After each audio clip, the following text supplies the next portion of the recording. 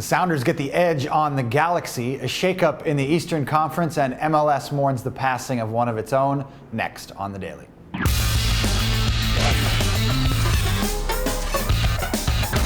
Hey everybody, happy Monday and welcome to another edition of The Daily here with Greg Lawless. I'm Nick Fershaw. We're going to start out with the action from Sunday night, and more than 60,000 fans up at CenturyLink Field in Seattle, and a good one for the fans.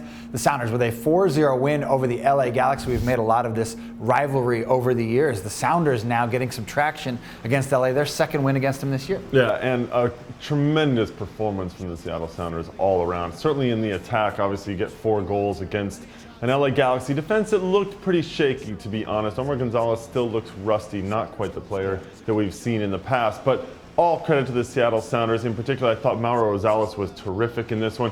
Eddie Johnson continues to score goals, and there have been some question marks about the Seattle Sounders defense, but I think this was a statement game for them. They came out, they looked very good. Iani in there, Jeff Park in there, but both looked very good in the back. Eddie Johnson, 10 goals this season. Yep. You mentioned another one on Sunday night. Certainly a breakout performance in his return to MLS this season. One other game from Sunday night, the Portland Timbers at home against FC Dallas. They get a 1-1 draw. Kevin Hartman really stood on his head for parts of this game for FC Dallas.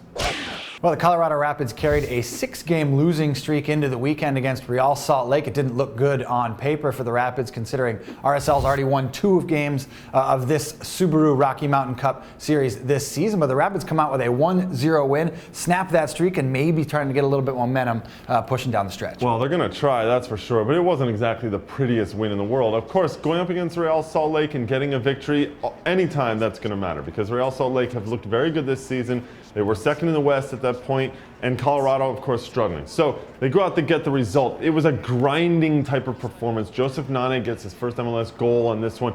There was nothing really pretty about it, but they did it, and that's what they needed to do. And I think that that's something they talked about this week, actually, which is like, we don't know why we're losing, but we need to grind something out, and they did it against their biggest rivals. And that's how the Rapids used to do it. That's how they won the 2010 MLS Cup. A very big win for the Rapids and a rough week for RSL. You go back to that CONCACAF Champions League loss earlier in the week, capped off by a loss in the Subaru Rocky Mountain Cup.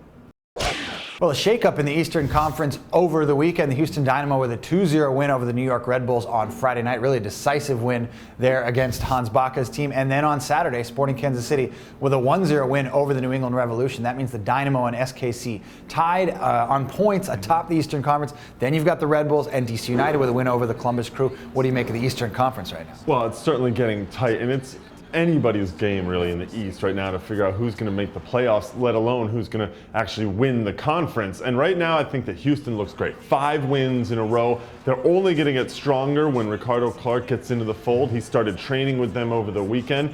They have another big game against New York coming up on Friday night, so that's going to be huge.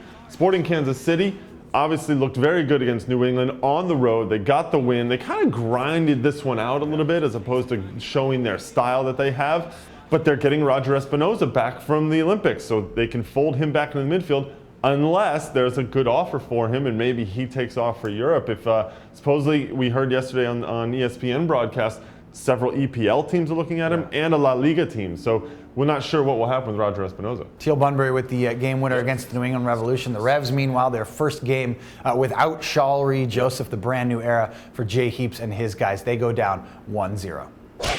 Well, some sad news to report that broke early Sunday morning. The passing of Columbus Crew rookie Kirk Urso, a 22-year-old guy who played at the University of North Carolina, a national champion in 2011, actually had the most career appearances for the Tar Heels, had a promising career burgeoning with the Columbus Crew. 6 appearances in his rookie season, 5 starts earlier in the season, had some injury problems, but certainly some devastating news for the Crew. Yeah, he actually did very well for the Crew when he first came in at the beginning of the season. He was the number 10 overall supplemental pick for the Crew, and he's a guy that seems to have been liked by everybody. The minute the word got out there on Twitter, players, coaches, former coaches, everybody just poured their hearts out to say what a good person he was, what a good player he was. I think our thoughts and prayers go out to the Urso family and the Columbus Crew family. Well, details still emerging. We'll certainly talk about this on the latest edition of Extra Time Radio. That comes out on Monday. And for complete coverage of this and everything going on in MLS, log on to MLSsoccer.com.